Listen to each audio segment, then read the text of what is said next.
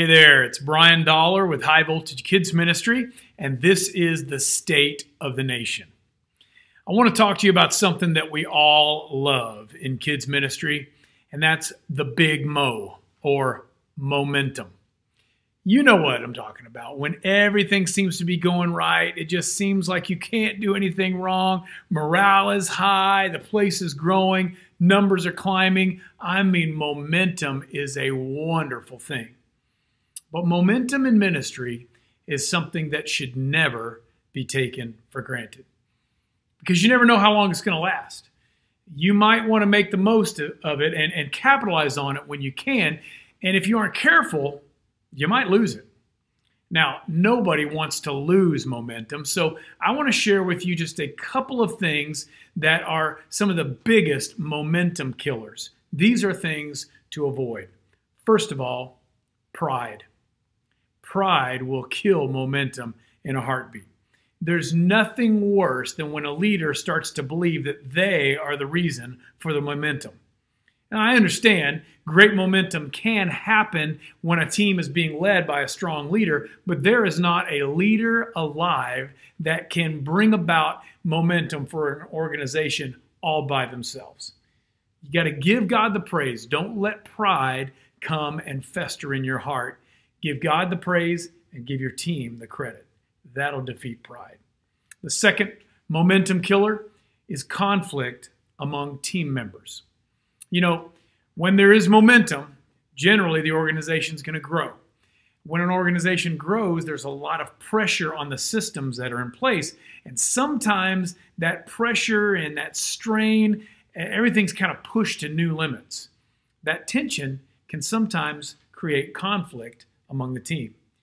You got to remember to keep your finger on the pulse of your leaders. When you sense tension or you sense conflict, remember that you've got to address it immediately and resolve it biblically, according to Matthew 18. Do not allow feelings to fester. It's easy to avoid conflict when you're in momentum moments because you just don't want to mess anything up.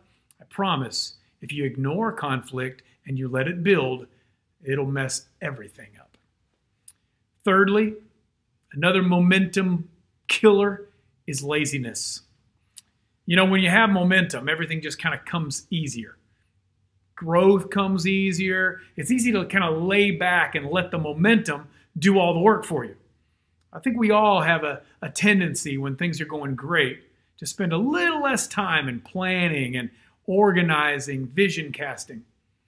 You got to remember that that is so easy, but it will also kill momentum. Don't let laziness bust your momentum. Work hard even when the momentum is carrying you forward faster than you normally would go. Another momentum killer, number 4, sin in the camp. Sin in the camp. You know, momentum brings growth. We've identified that and established that. Growth brings a lot more work, right? Things can start to get busy. And it's easy for our personal prayer and spiritual time to kind of fall to the wayside as we're just busy juggling everything because the momentum has brought so much growth. See, when you allow that to happen, you open the door for temptation. Nothing will kill momentum like sin in the lives of the leadership team. So don't wait until you notice the problem. Instead, prevent the problem. Prevent it by making prayer and reading God's word the number one non-negotiable priority in your life. That will help you avoid sin in the camp and avoid killing the momentum that God has brought to your ministry. Finally, number 5, another reason that organizations lose their momentum is that they are too slow to change or adapt. You know, the world around us is changing at an astonishing rate. Children's ministry today doesn't look much like it did 10 years ago.